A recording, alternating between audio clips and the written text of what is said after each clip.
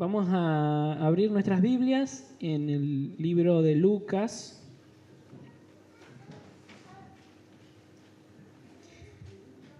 Habíamos visto la semana pasada la historia de un hombre llamado Zaqueo. Rubén nos había compartido. Y esta historia había terminado en el versículo 10, si no me equivoco, con una frase que es bastante poderosa. Estamos en el capítulo 19 de Lucas. Capítulo 19 termina la historia de Zaqueo con una frase en el verso 10. Dice: Jesús, el Hijo del Hombre, vino a buscar y a salvar lo que se había perdido. Bueno, ya desde antes se veía que el pueblo judío tenía una expectativa respecto a un Mesías que iba a venir a reinar sobre ellos y a establecer un reino que los iba a liberar de la opresión romana, básicamente. Y esta frase de Jesús encendió una expectativa muy grande en ellos. Jesús vino a salvar, entonces el reino se va a establecer ahora mismo. Esa era la expectativa de la gente. Pero Jesús sabía que esa interpretación era equivocada. Por eso cuenta la parábola que vamos a leer hoy, para enseñar que su reino no vendría de inmediato y que habría un tiempo de espera entre su primera venida y su segunda venida. Ya llevamos alrededor de unos 2000 años de espera. Así que esta historia se conoce como la parábola de las 10 minas. Está en Lucas capítulo 19, versículo del 11 al 27. Y el título del mensaje es Mientras tanto. Mientras tanto, porque de eso se trata, ¿sí? Este mensaje se trata del mientras tanto que vamos a pasar esperando su regreso.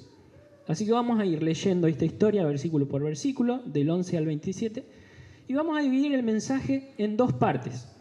La primera de ellas, el contexto, y voy a intentar arrojar toda la luz posible para que tengan un panorama de lo que significa cada palabra de este relato. Así que empecemos con la primera parte, el contexto.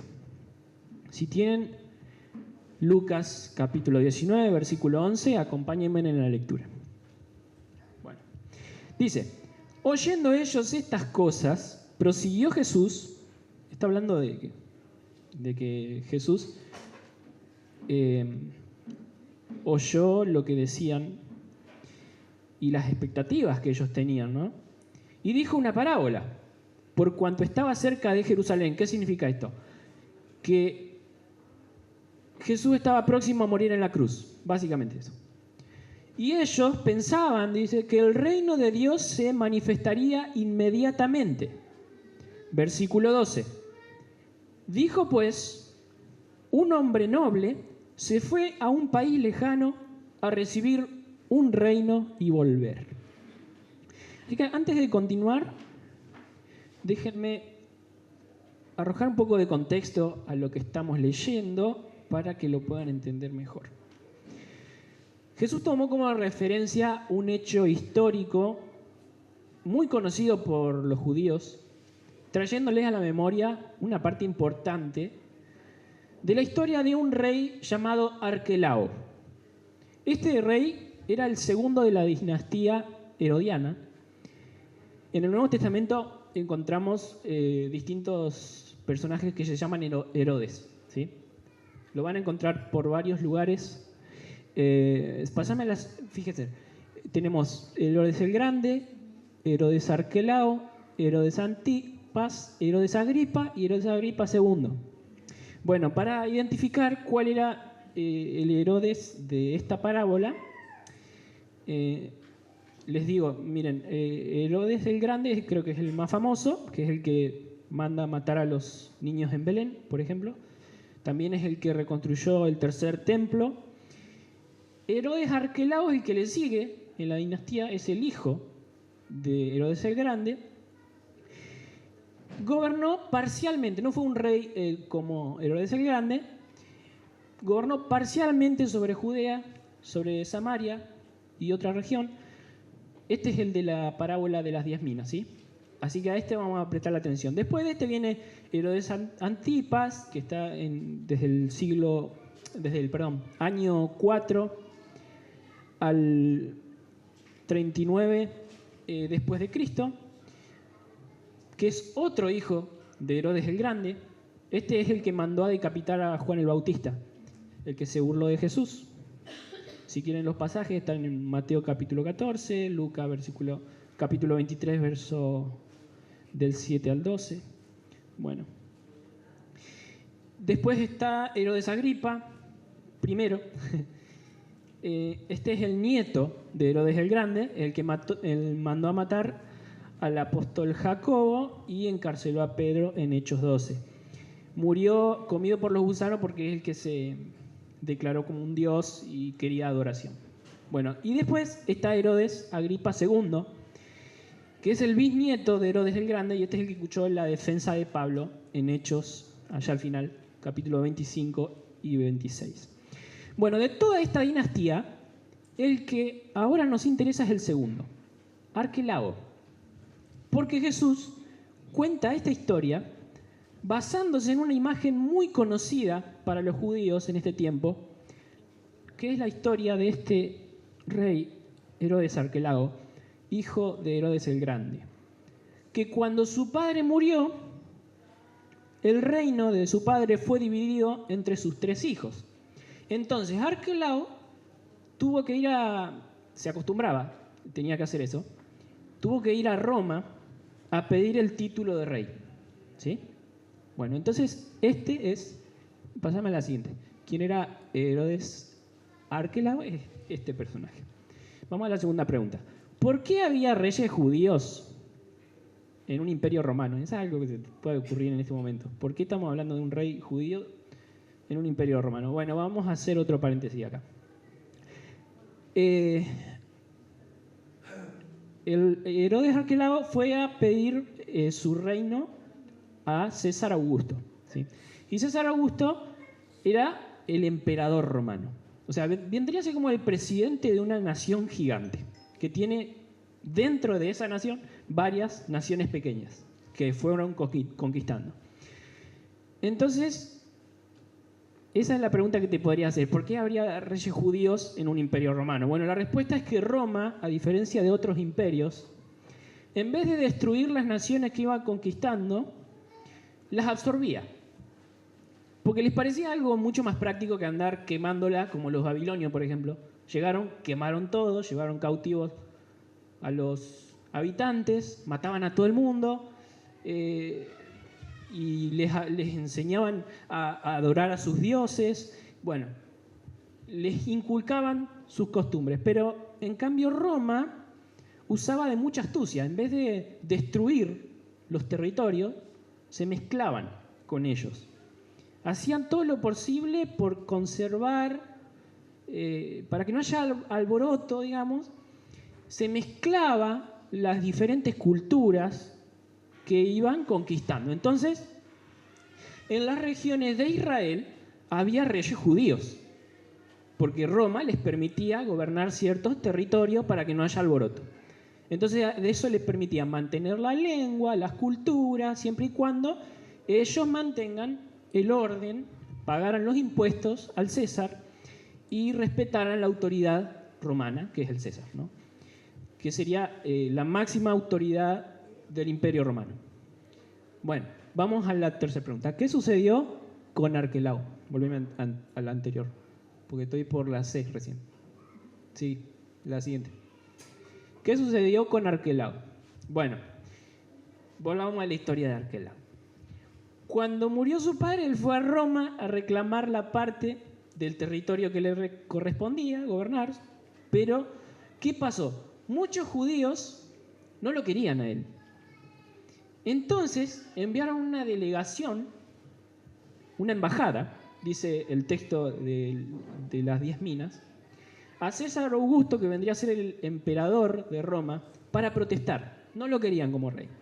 Sin embargo, César Augusto le permitió gobernar parcialmente por un tiempo, y su reinado fue tan breve, tan violento. Apenas empezó, mandó matar a unos 3.000 judíos en el templo, lo que hizo que fuera un rey muy odiado por los propios judíos. Y 10 años más tarde fue exiliado por el emperador. Entonces ese recuerdo estaba fresco en la memoria de los oyentes de Jesús.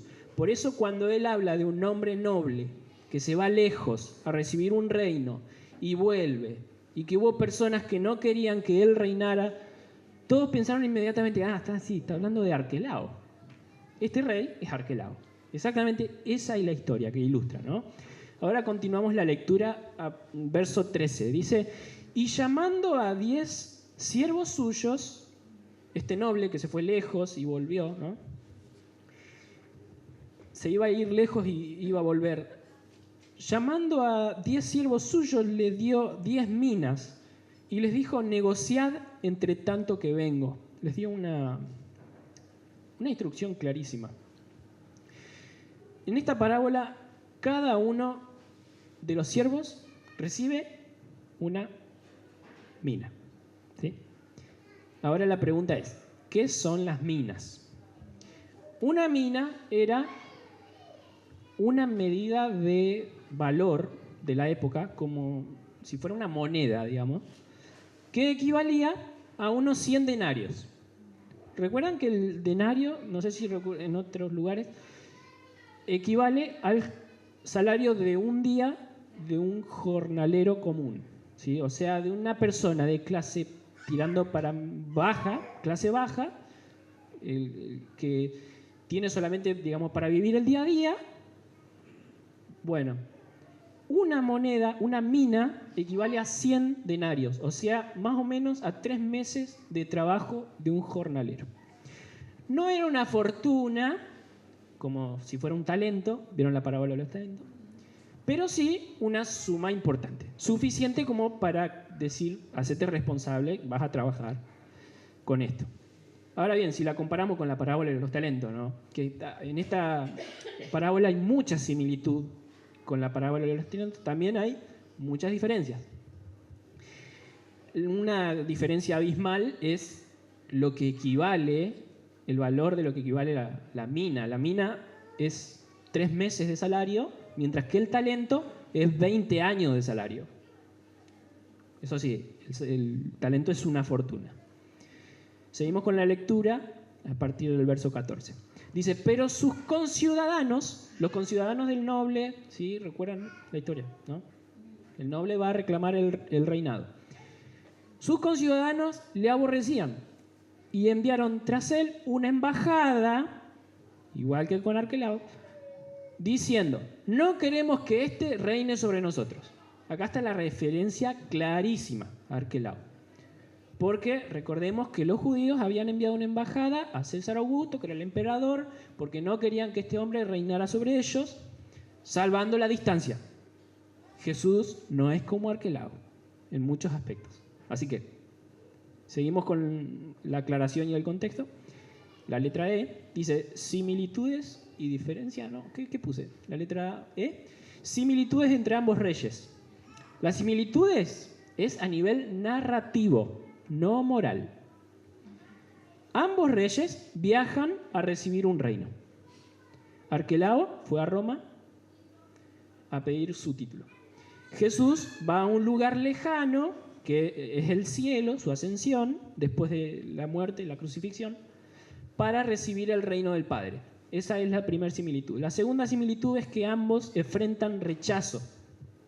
Los judíos y los samaritanos enviaban una embajada a Roma para decir, no queremos que éste reine sobre nosotros. Jesús también es rechazado por muchos de sus contemporáneos, y hasta hoy en día, personas que rechazan su reinado, su señorío. Y la tercera similitud es que ambos vuelven con autoridad. Arquelao, sin embargo, se le fue otorgado el título, con poder sobre Judea. Así que vuelve con poder. Y Jesús también volverá como rey, con poder, Señor de señores, con toda autoridad. Y por último, letra F. Entre ambos existe una gran diferencia. Los contrastes, digamos. ¿Cómo gobiernan? ¿Por qué? Porque Arquelao gobierna con violencia, con injusticia, con miedo. Jesús, en cambio, gobierna con justicia, con gracia y misericordia. Por otro lado, tenemos el tipo de gobierno. El reino de Arquelao fue un reino terrenal limitado a 10 años sobre Judea, Samaria. El reino de Jesús, por otro lado, es un reino eterno, universal, confiado por el Padre. Después, otra diferencia es que la fidelidad de los súbditos de Arquelao fue obligada por la fuerza de él. En cambio, bajo Jesús, la obediencia es el fruto del amor y la fe que nace de un corazón que se rinde a él. Otra diferencia es el resultado del rechazo. Arquelao se vengó con matanzas a quienes se rebelaban contra él. En cambio, Jesús ofrece salvación a quienes lo rechazan por mucho tiempo. Hasta hoy todavía les ofrece esperanza. Pero advierte que pronto vendrá un juicio para los que persisten en rebeldía.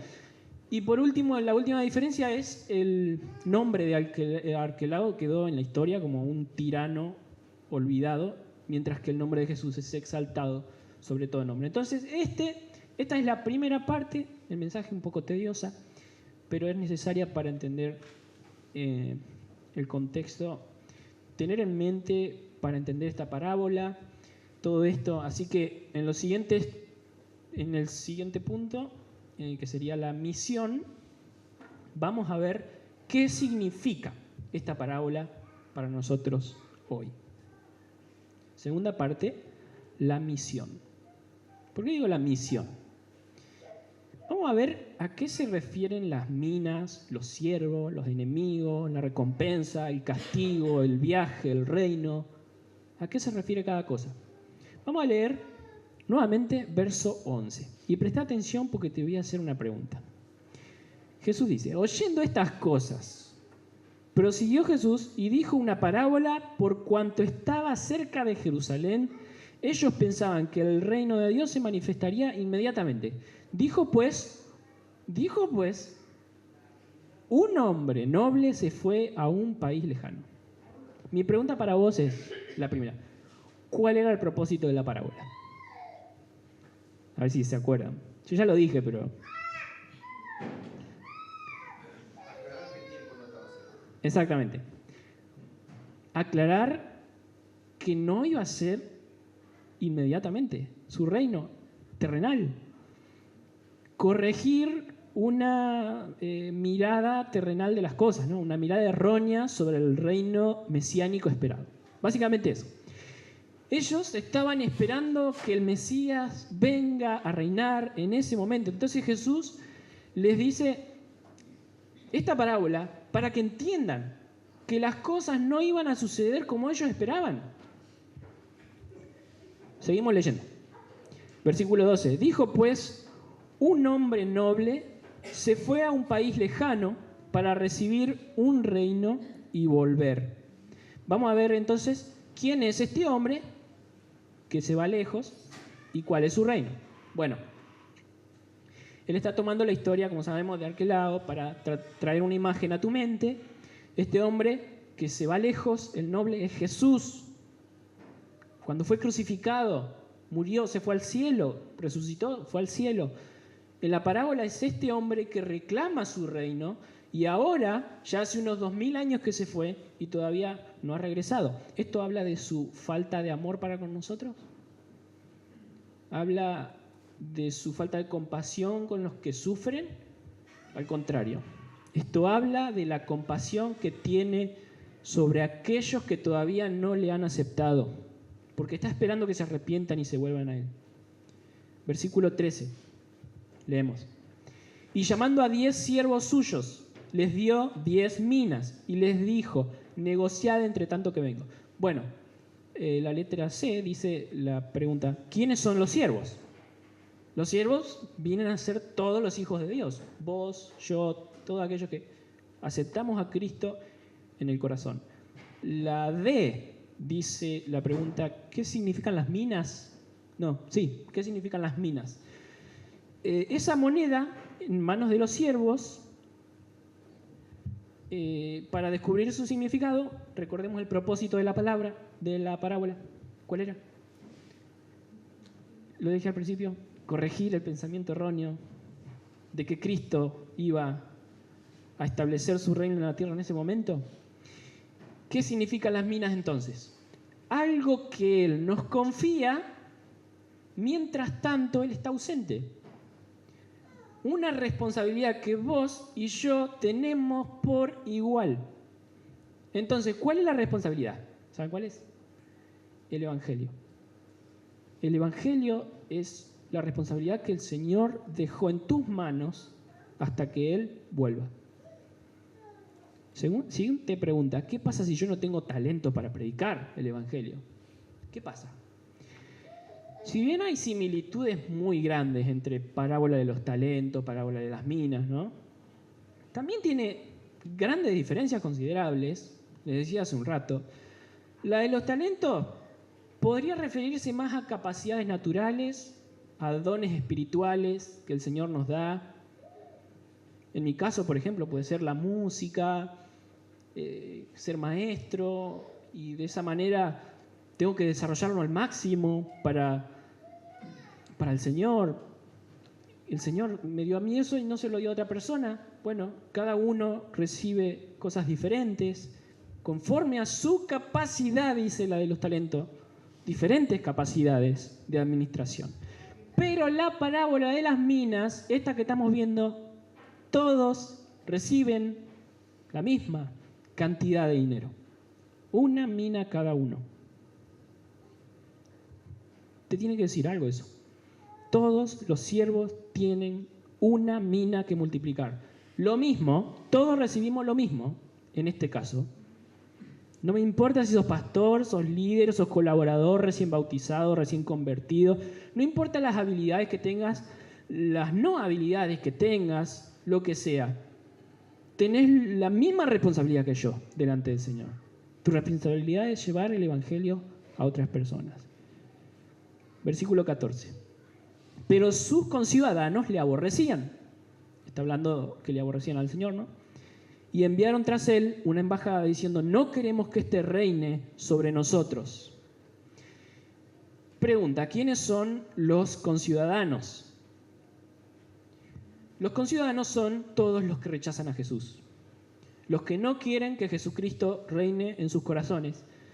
Si sos una de estas personas, todavía tenés tiempo de que te arrepientas, te retractes, diciendo, Señor, lo siento, ven a reinar en mi vida, porque cuando Él venga no va a haber más tiempo.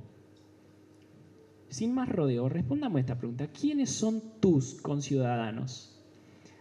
Son todas las personas que te rodean, que conoces, que no conoces también, padres, hermanos, hijos, primos, tíos, abuelos, amigos, profesores, conocidos, vecinos, compañeros, colegas.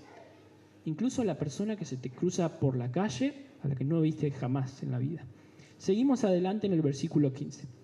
Aconteció que vuelto él, estamos hablando del noble, el rey, ya viene ahora con el título otorgado, después de recibir el reino, mandó llamar ante él a aquellos siervos a los cuales había dado el dinero, para saber lo que había negociado cada uno.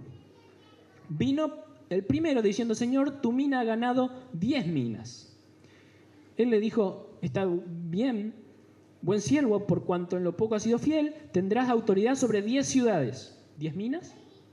10 ciudades. Correlación. Vino otro diciendo, Señor, tu mina ha producido 5 minas. Y también a este dijo, tú también sé sobre 5 ciudades. Vino otro diciendo, Señor, aquí está tu mina, la cual he tenido guardada en un pañuelo muy parecido a la parábola de los talentos, porque tuve miedo de ti, por cuanto eres hombre severo, que tomas lo que no pusiste y ciegas lo que no sembraste. Entonces el Señor le dijo, mal siervo, por tu propia boca te juzgo. Bueno, pregunta así, letra G. ¿Existe recompensa por cumplir nuestra misión? Sí. Recompensas espirituales en el cielo las tenemos, pero hay algo más que es sorprendente. La recompensa no es descansar, no es como cuando tenemos otro tipo de recompensas en el trabajo, sino recibir más responsabilidad. No en el sentido pesado de una carga, sino en el sentido glorioso de un mayor encargo de parte del Señor. El que fue fiel predicando a unos pocos recibirá la oportunidad de predicar a muchos más. El que fue fiel sirviendo en lo pequeño será puesto sobre algo más grande. Si supiste ser fiel en lo poco que el Señor te dio, el Señor te pondrá sobre ciudades, dice Él. Y en este contexto, ¿qué es una ciudad? Se refiere a mucha gente, eso es una ciudad. Gente que va a escuchar el Evangelio de tu boca. Y eso, si bien es una enorme responsabilidad, no será una carga para vos, sino un enorme privilegio. Imagina que muchas personas puedan convertirse por tu predicación. Por la predicación que sale de tu boca. Es el principio del reino. La fidelidad abre puertas para una misión mayor. La H. ¿Cómo se mide la recompensa? La recompensa se mide según la fidelidad. No según el talento, no según la capacidad que tenga, la inteligencia, lo hábil, la estrategia o la cantidad de recursos que tengas para hacer algo o la cantidad de cosas que hagas. Lo que se te pide es fidelidad en lo poco. ¿Qué es ser fiel? Hacer lo que se te dice, no agregar o quitar, no agregar nada al Evangelio. ¿Saben que Spurgeon decía que vos no tenés que defender a un león? Lo único que tenés que hacer es abrirle la jaula y él hará el resto. Tu boca es la jaula y el Evangelio es el león.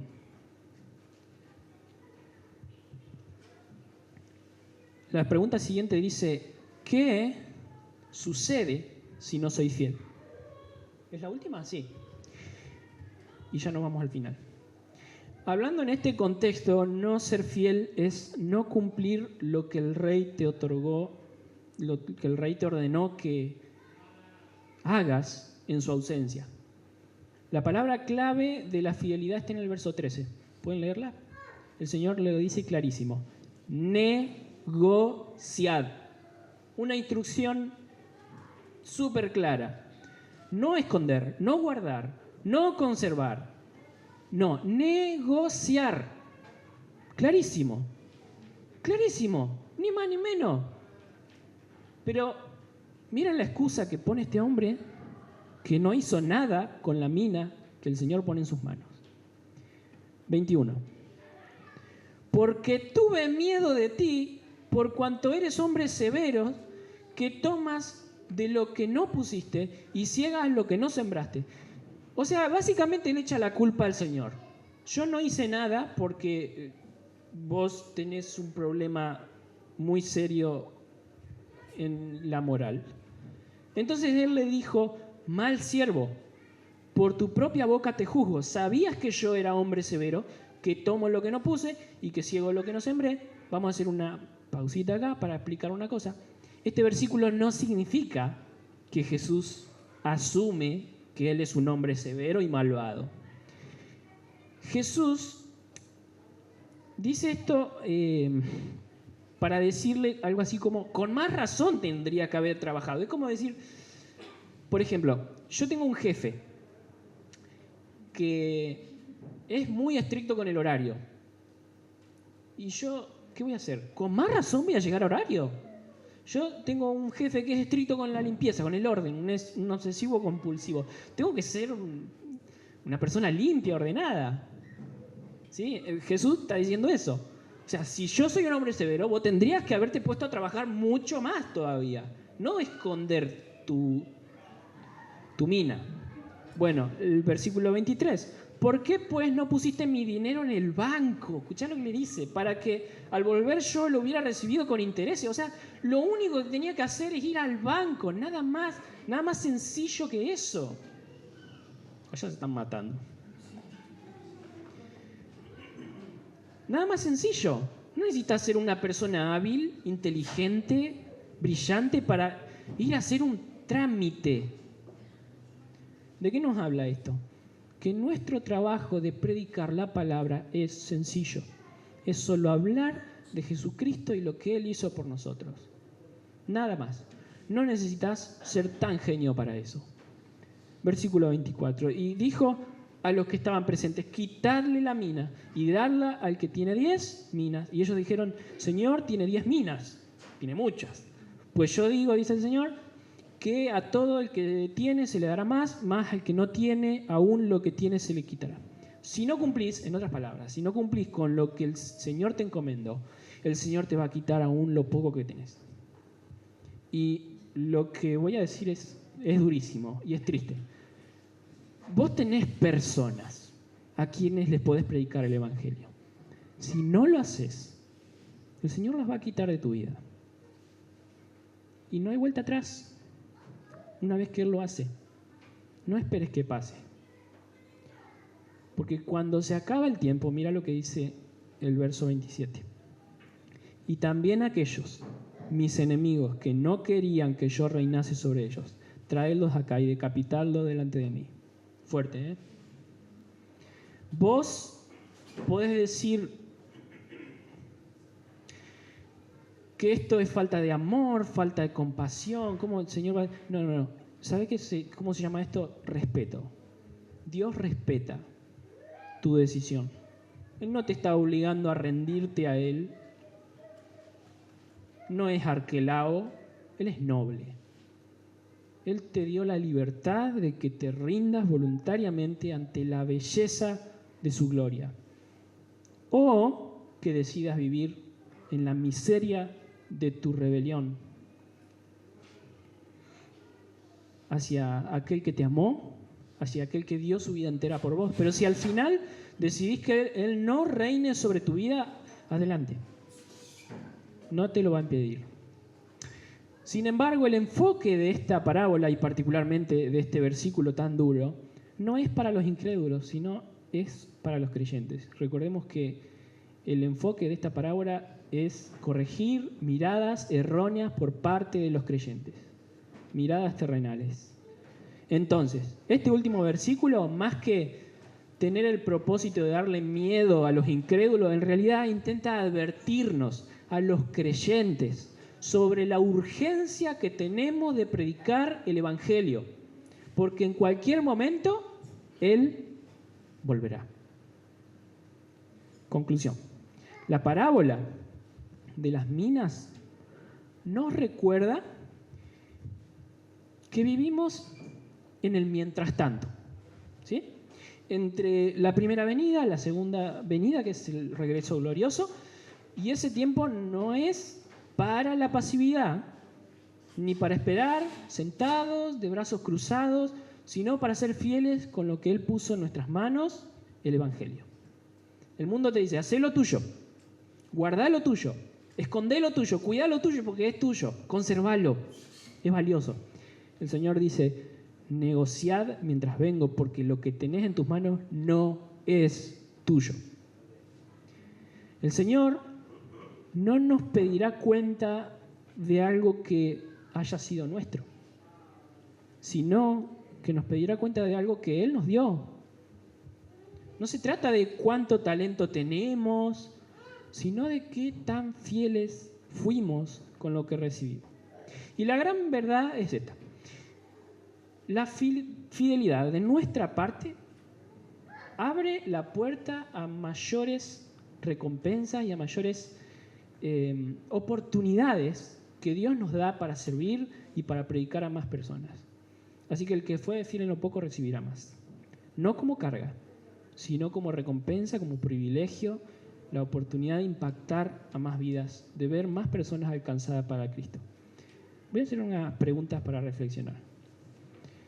¿Qué prioridades cambiarías si vivieras preparado para el regreso del Señor, como si fuera hoy? Segunda, ¿cuál es tu mentalidad? ¿Todos somos misioneros o solo el panadero, la maestra, el joven, todos son misioneros o solo algunos nomás? Otra pregunta. Lleva cuentas simples. ¿Cómo uso mi tiempo esta semana? ¿Para qué lo invierto? Otra pregunta. Ya termino. ¿Estoy persiguiendo grandes resultados o estoy persiguiendo la fidelidad diaria? Otra pregunta. ¿Qué harías distinto si supieras que habrá recompensa por fidelidad en lo poco? ¿Cuál es tu excusa?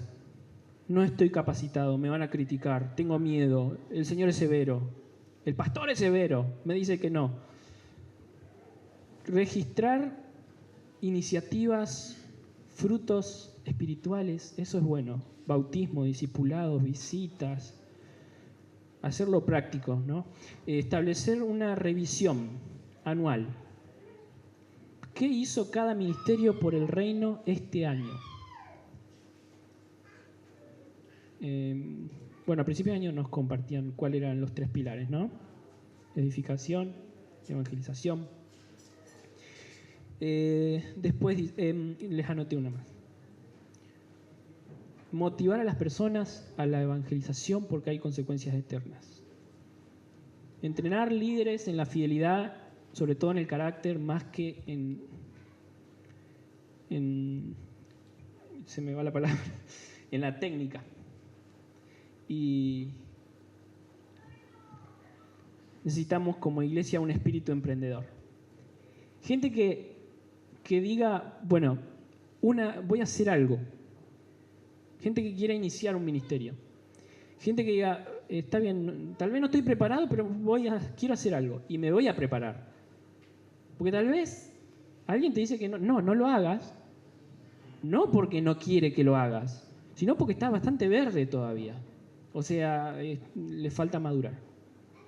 Entonces, bueno, no sé si se acuerdan cuando yo empecé con el Ministerio de la Alabanza, pero yo estaba muy verde al principio.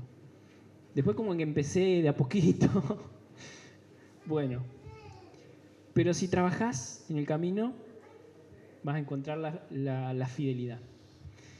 Así que pregunta final. ¿Qué haces con tu mina? ¿La vas a guardar en un pañuelo por miedo al fracaso o la vas a trabajar en la misión? Porque llegará el día en el que el Rey vuelva y cada uno de nosotros rendirá cuentas y que ese día podamos escuchar sus palabras. Bien, buen siervo, en lo poco has sido fiel, sobre mucho te pondré. Amén.